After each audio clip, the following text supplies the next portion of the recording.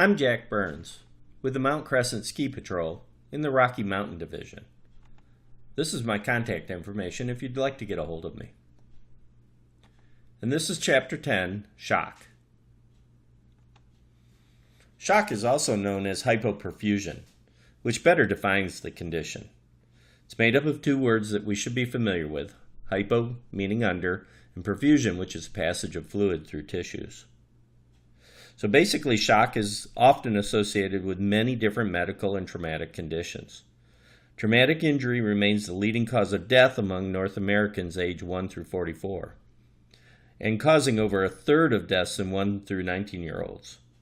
Common mechanisms of injury include motor vehicle crashes, falls, and assault.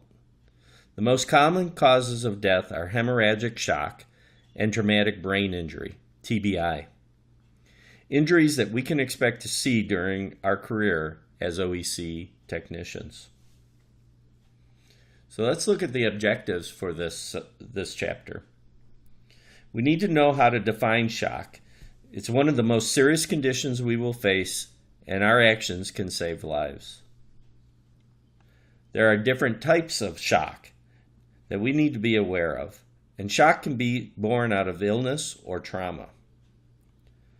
There are stages of shock, and the body can exhibit changes as it proceeds through these stages. The body will fight to maintain homeostasis, and there are many factors that can affect the efficacy of the reaction against injury or illness. We will know what to look for when presented with a patient to assess for condition of shock. And finally, we will demonstrate how to prevent and manage shock in different types of patients. So there are our objectives. So let's get started by covering several definitions, including the definition of shock, in the next section.